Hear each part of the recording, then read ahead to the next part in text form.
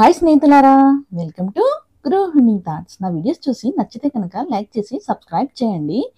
ఈరోజైతే నేను ఇవి చూసానన్నమాట. ఇవైతే నాకు భలే మంచిగా అనిపించాయి. ఇవి నేను చూడడం అయితే ఫస్ట్ టైం అనమాట. వీటినైతే ఏమంటారో మీకు తెలిస్తే కామెంట్ చేయండి. ఇవైతే నాటు పుట్టగొడుగులంట. మీలో ఎవరైనా వీటిని చూసారా? చూస్తే గనక వీటిని ఎలా ఉంటాయి, తింటే టేస్ట్ అనేది తప్పకుండా కామెంట్ చేయండి. వీటిని ఫస్ట్ టైం చూసాననమాట నేను.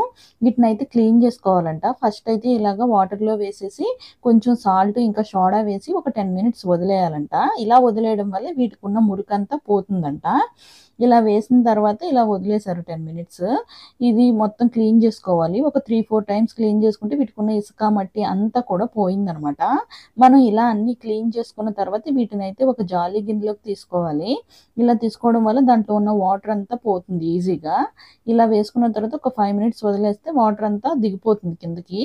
తర్వాత మనం వాటిని మంచిగా కూరకి మనకి ఏ సైజులో కావాలో ఆ సైజులో కట్ చేసుకోవడమే.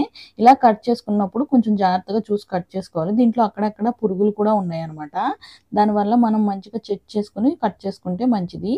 దీంట్లో ఇంకా పాడైపోయినవి ఉంటాయి కదా, అవైతే వేసుకోకూడదు. అవి తినకూడదనమాట పాడైపోయినవి. అలా వేసుకోవడం వల్ల కూరంతా పాడవుతుంది.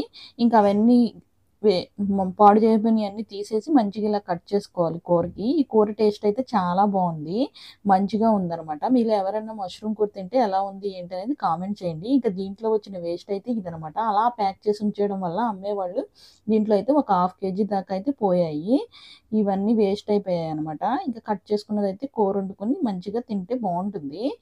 ఈ పుట్టగొడుగులంటే ఎంతమందికి ఇష్టమో తప్పకుండా కామెంట్ చేయండి. ఇలాంటి వీడియోస్ కోసం నా ఛానల్‌ని సబ్స్క్రైబ్ చేసి, లైక్ చేసి, షేర్ చేయండి. Bye bye.